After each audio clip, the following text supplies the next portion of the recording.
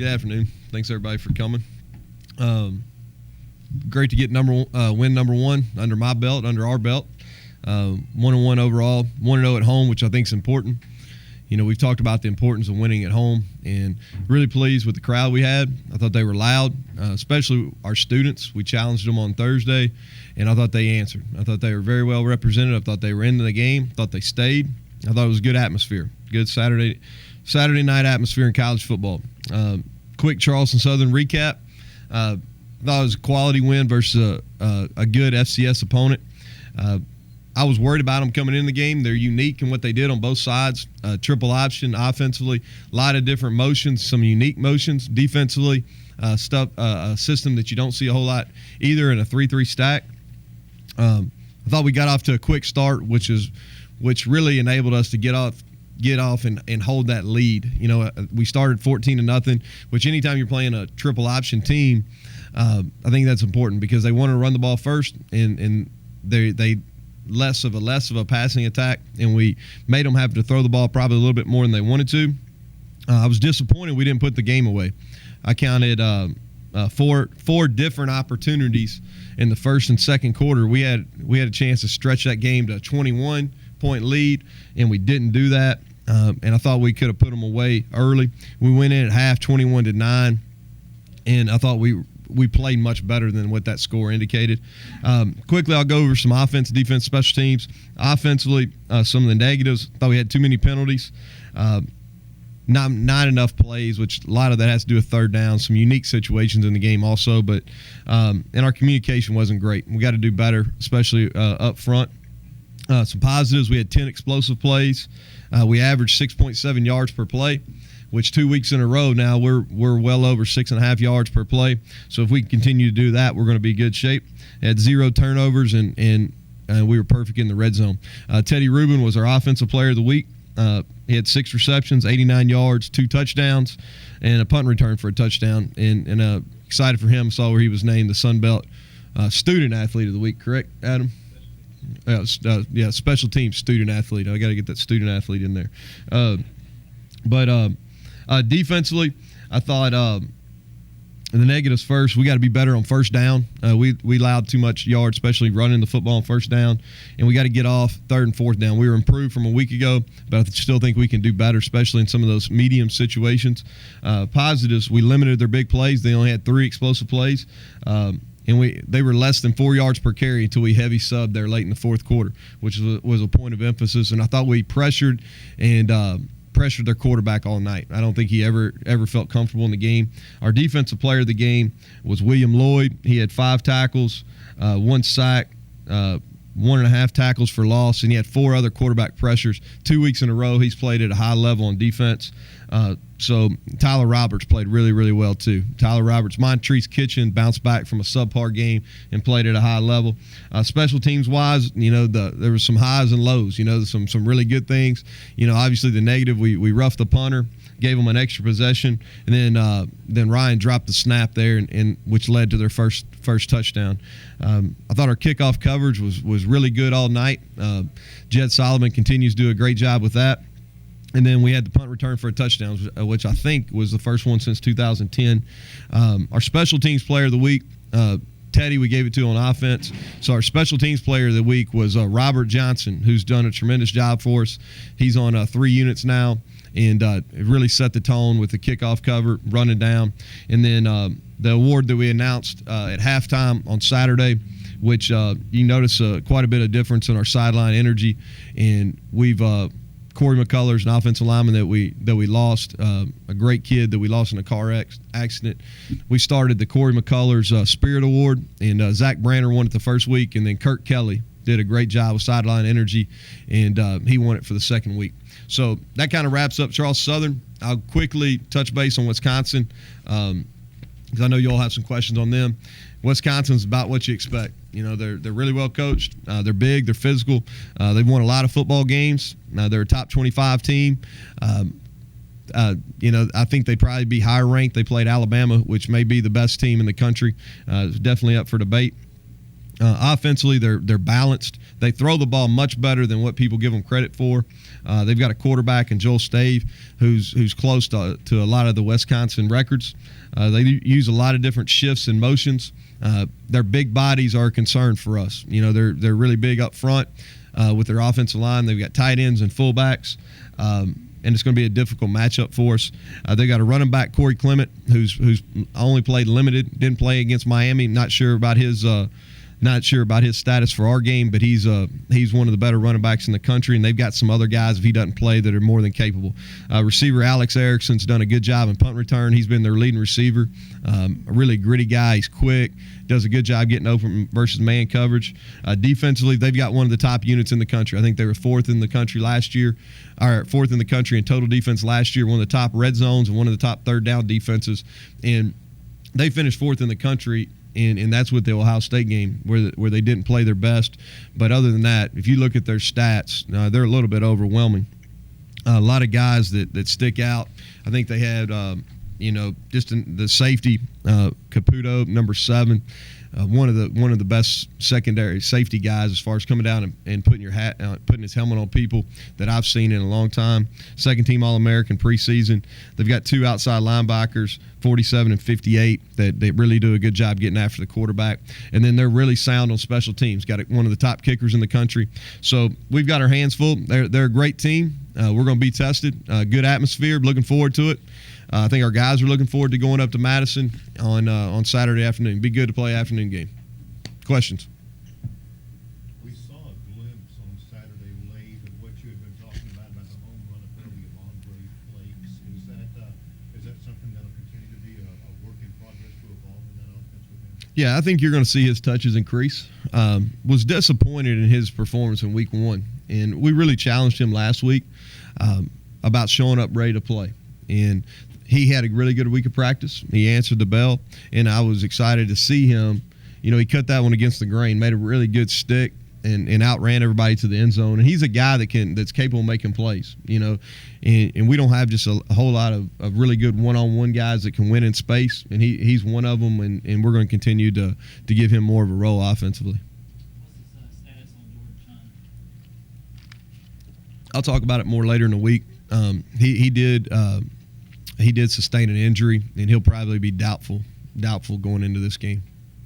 The O-line is a question coming in. How do you think that performed in 2 weeks? It's been up and down. Kind of, they've been about like our offense as a whole.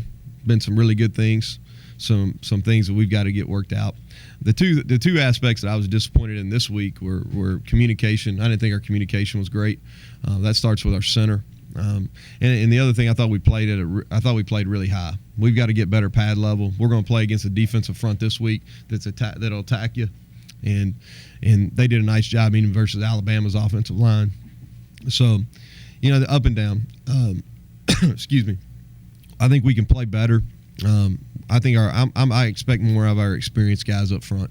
And I look forward to them playing better than they have so far.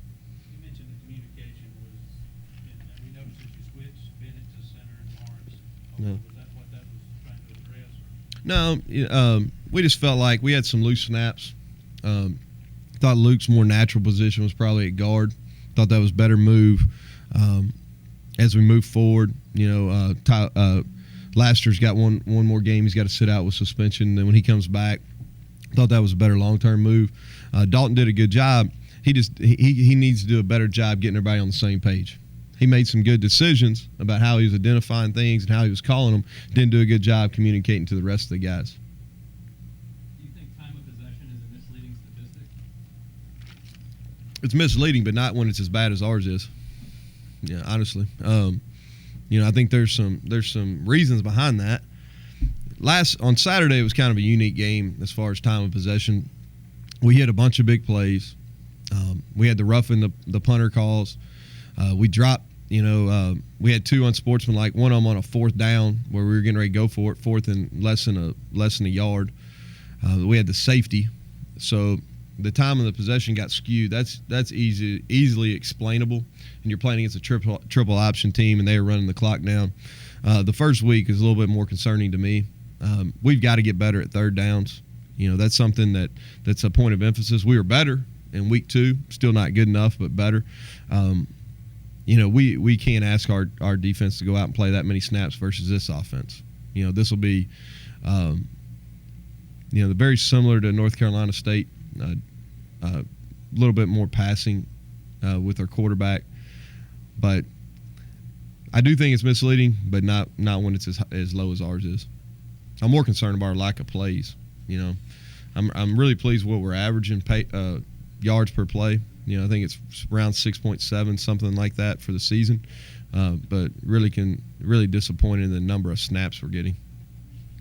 All right, you've mentioned something about Teddy though, but getting named the Sun Belt Special Teams Player of the Week, what does that mean for the team and for the program to get that kind of recognition? Well, yeah, it's always good to get recognition.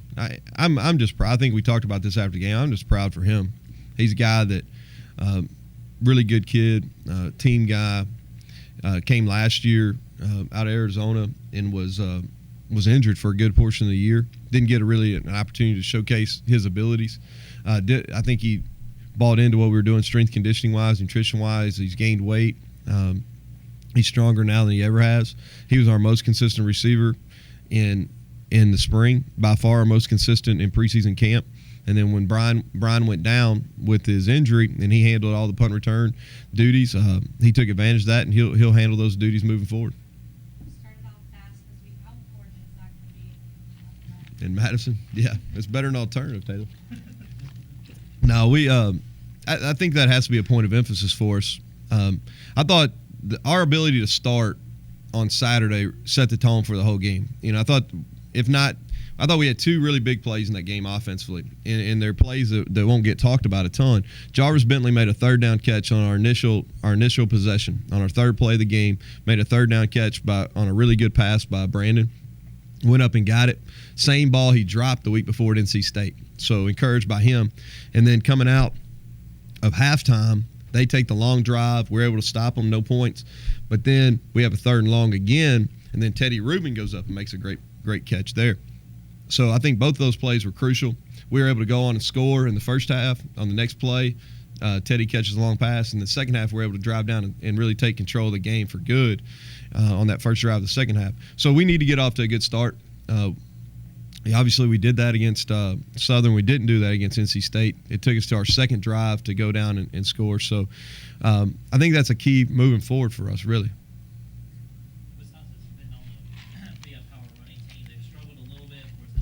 Well, yeah, part of that's Alabama's defense. Now, I can tell you this: I've been in the SEC the last 2 years, and most people struggle lining up running against them.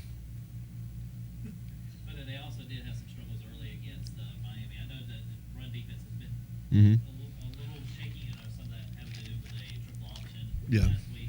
Do you think you can take a step forward and keep that? Well, I think it's going to be a challenge for us.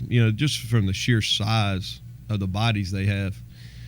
Not only at O-line, but tight end and fullback, too. I think our rushing stats are a little bit misleading just because, with Charleston Southern, a lot of their rushing came when the game was, a little bit out of hand. Not completely, but a little bit out of hand.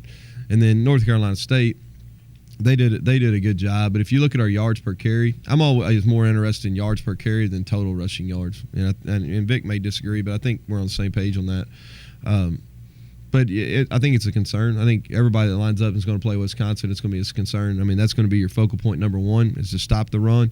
But you also got to be, their quarterback is really accurate. And they do a good job of getting you sucked in and then hitting you for big plays down the field in their passing game. In terms of motivation for this week, you use the past 2 weeks as an example for your team of getting better. But you look around and say, what about Jacksonville State against Auburn or Toledo versus Arkansas? Use that as motivation for your execution.